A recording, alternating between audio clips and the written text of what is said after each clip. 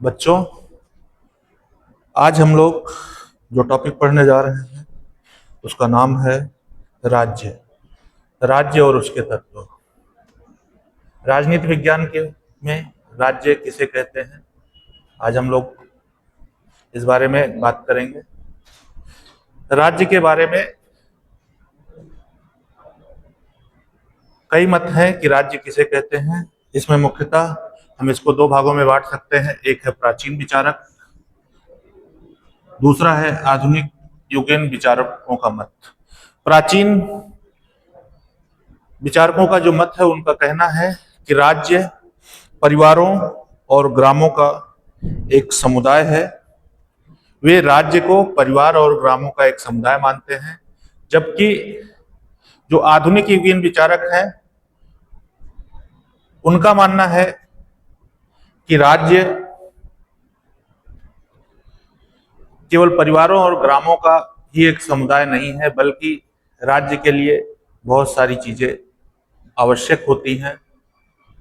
प्राचीन युगीन विचारक जो केवल राज्य को परिवार और ग्रामों का समुदाय मानते हैं, साथ ही साथ वो ये भी मानते हैं कि राज्य व्यक्तियों के सुख और लाभ के लिए निर्मित एक समुदाय है। राज्य व्यक्तियों और परिवारों के सुख और लाभ के लिए निर्मित एक श्रेष्ठ समुदाय है। इस विचारधारा को मानने वाले जो हैं वो अरस्तु और सिसरो हैं, जो प्राचीन विचारक हैं। इनका मानना है कि राज्य परिवारों और ग्रामों का एक समुदाय है। लेकिन जो आधुनिक युगीन विचारक हैं, उनका वे केवल यहीं तक सीमित नहीं रहते कि राज्य केवल परिवारों और ग्रामों का ही एक समुदाय है, बल्कि वो ये कहते हैं कि राज्य के लिए एक निश्चित भूभाग, जनसंख्या और एक सरकार का होना भी आवश्यक है।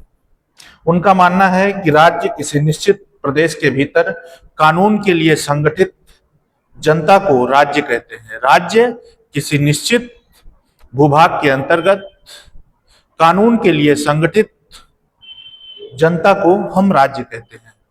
उनका मानना है कि जो राज्य बना है वो कहीं ना कहीं एक व्यवस्था चाहता है, जिससे कि उनका जीवन व्यवस्थित रहे, सुखमय रहे। इसलिए वो इस व्यवस्था को स्वीकार करते हैं और इसे हम राज्य कहते हैं। इस विचारधारा के जो मानने वाले लोग हैं वो हैं ब्लंट्सली और वुड्रो विल्सन। ब्लंट्सली कहते हैं कि किसी निश्चित भूप्रदेश में राजनीतिक दृष्टि से संगठित व्यक्तियों को हम राज्य कहते हैं। अब हम बात करेंगे राज्य के तत्व के बारे में। राज्य के चार तत्व होते हैं: जनसंख्या, भूभाग, सरकार और संप्रभुता। ये चार तत्व हैं जो राजनीति विज्ञान के अंतर्गत राज्य कहलाने के लिए आवश्यक है। राज्य का सबसे महत्वपूर्ण जो तत्व है वो है जनसंख्या। सर्वप्रथम राज्य कहलाने के लिए आवश्यक है कि उसकी अपनी एक निश्चित जनसंख्या हो। दूसरी, जब जनसंख्या है तो जनसंख्या रहेगी कहाँ पे? जनसंख्या को निवास करने के लिए, रहने के लिए एक निश्चित भूभाग की आवश्यकता होती है। तो दूसरा जो प्रमुख तत्व है वो भूभाग है।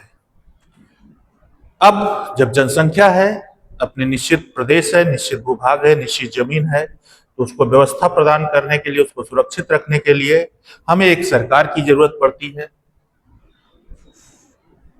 एक व्यवस्था की जरूरत पड़ती है। तो जो तीसरा महत्वपूर्ण राज्य का तत्व है वो है सरकार।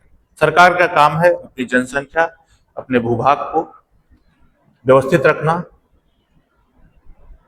आगे बढ़ाना। राज्य का जो सबसे महत्वपूर्ण तत्व है वो है संप्रभुता। चौथा और सबसे महत्वपूर्ण तत्व है संप्रभुता। संप्रभुता का मतलब होता है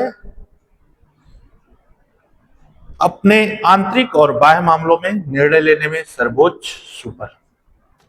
संप्रभुता वो सुपर शक्ति है, वो सर्वोच्च शक्ति है जो अपने आंतरिक और बाह्य मामलों में निर्णय लेने में सर्वोच्च हो।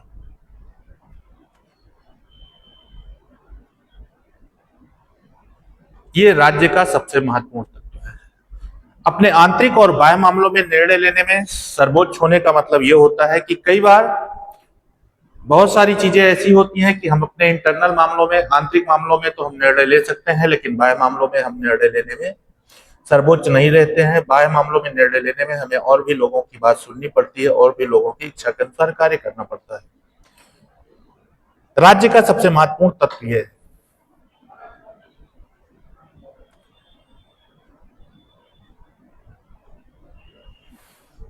जैसे अब आप राज्य की बात करेंगे तो आप कहेंगे उत्तर प्रदेश राज्य है, उत्तर प्रदेश राज्य है। लेकिन राजनीति विज्ञान की भाषा में हम उत्तर प्रदेश को राज्य नहीं कहेंगे, क्योंकि जो संप्रभुता है, संप्रभुता का मतलब होता है कि अपने आंतरिक और बाह्य मामलों में निर्णय लेने में सर्वोच्च, सुपर।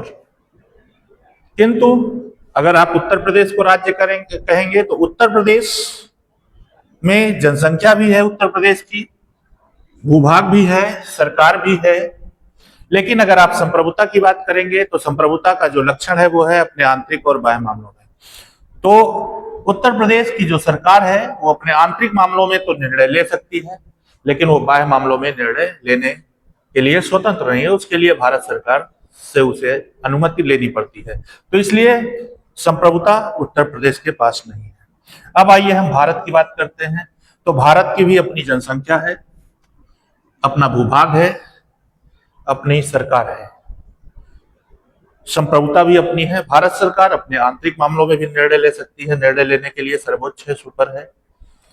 और अपने बाह्य मामलों में भी निर्णय लेने के लिए भारत सरकार स्वतंत्र है, सर्वोच्च है। वो किसी भी दूसरे देश से संबंध स्थापित करने के लिए, वो चाहे व्यापारिक हो, चाहे सामाजिक हो, चाहे आर्थिक हो, चाहे सांस्कृतिक हो, कोई भी संबंध संचालित करने के लिए बाध्य नहीं है, स्वतंत्र है कि उसे कैसे किसी देश से संबंध संचालित करने हैं, कैसे उसे विदेश नीति बनानी है। किसी देश के दबाव में वो अपनी विदेश नीति संचालित नहीं करता।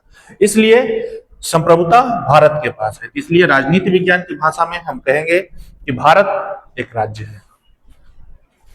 बस बच्चों, अब अगले टॉपिक में हम पढ़ेंगे राज्य की उत्पत्ति के सिद्धांत। राज्य की उत्पत्ति के कई सिद्धांत हैं जिनकी चर्चा हम अगले क्लास में करेंगे।